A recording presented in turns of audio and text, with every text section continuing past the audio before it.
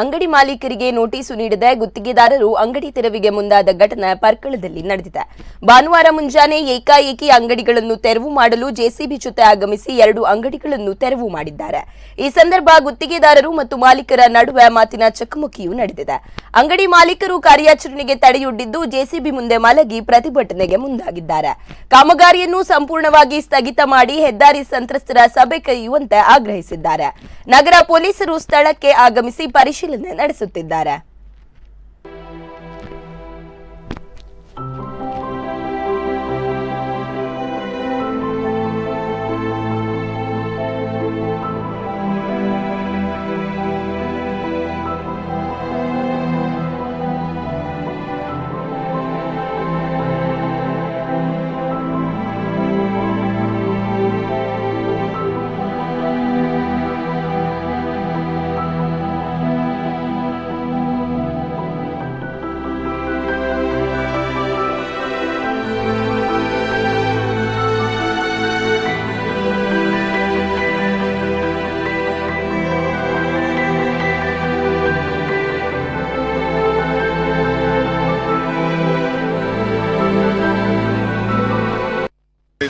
ಯಾರೋ ಒಬ್ಬ ರೌಡಿ ಏಕಾಏಕಿ ಬಂದು ಜೆಸಿಬಿ ತಕೊಂಡು ಬಂದು ಅವರ ಅಂಗಡಿಯನ್ನು ಹೊಡಿತಾ ಇದ್ದಾರೆ. ಅದಕ್ಕೆ ಬೇಕಾದಂಥ ಅನುಮತಿ ದಾಖಲೆಯನ್ನು ಕೇಳಿದಾಗ ಅವರು ಹಾರಿಕೆಯ ಉತ್ತರ ಕೊಟ್ಟು ದಬ್ಬಾಳಿಕೆಯ ಮಾತುಗಳನ್ನು ಆಡಿದರು.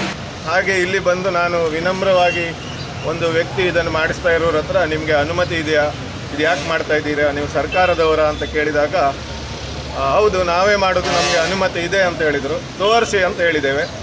ಅವರ ಅನುಮತಿಯನ್ನು ತೋರಿಸಲಿಲ್ಲ. ಮತ್ತು ಆ ವ್ಯಕ್ತಿ ಅಧಿಕೃತನೋ ಅನಧಿಕೃತನೋ ನಿಮ್ಮ ಹತ್ರ ಐಡೆಂಟಿಟಿ ಕಾರ್ಡ್ ಇದೆಯಾ ಅಂತ ಕೇಳಿದ್ದಕ್ಕೆ ಅದನ್ನೂ ತೋರಿಸಲಿಲ್ಲ. ಸರ್ಕಾರದ ಕಾನೂನು ಹೇಳ್ತದೆ ಸರ್ಕಾರಿ ಅಧಿಕಾರಿಗಳು ಒಂದು ಐಡೆಂಟಿಟಿ ಕಾರ್ಡನ್ನು ಕುತ್ತಿಗೆಗೆ ಹಾಕಬೇಕಲ್ಲಿ ಪೊಲೀಸರೆಲ್ಲ ಬರೆದಿದ್ದಾರೆ ನೋಡಿ. ಆದರೆ ಆ ವ್ಯಕ್ತಿ ಹತ್ರ ಯಾವುದೇ ಐಡೆಂಟಿಟಿ ಕಾರ್ಡ್ ಇಲ್ಲ. ಹಾಗಾಗಿ ಈ ಕಾನೂನು ಬಾಹಿರ ಕೃತ್ಯವನ್ನು ನಿಲ್ಲಿಸಬೇಕೇಳಿ ನಾವು ಸರ್ಕಲ್ ಇನ್ಸ್ಪೆಕ್ಟ್ರಿಗೆ ಈಗ ದೂರು ಕೊಡ್ತೇವೆ. ಆದರೆ ಪೊಲೀಸರು ಬಂದು ತಡವಾದಾಗ ಈ ಎಲ್ಲ ಮನೆ ಬಿದ್ದೋದ್ರೆ ಮತ್ತೆ ಯಾವ ಪ್ರಧಾನಮಂತ್ರಿಯು ಮುಖ್ಯಮಂತ್ರಿಯು ಮತ್ತೆ ಕಟ್ಟಿಕೊಡಲಿಕ್ಕೆ ಸುಲಭದಲ್ಲಿ ಆಗೋದಿಲ್ಲ. ಅಲ್ಲಿ ತನಕ ಈ ಜೆಸಿ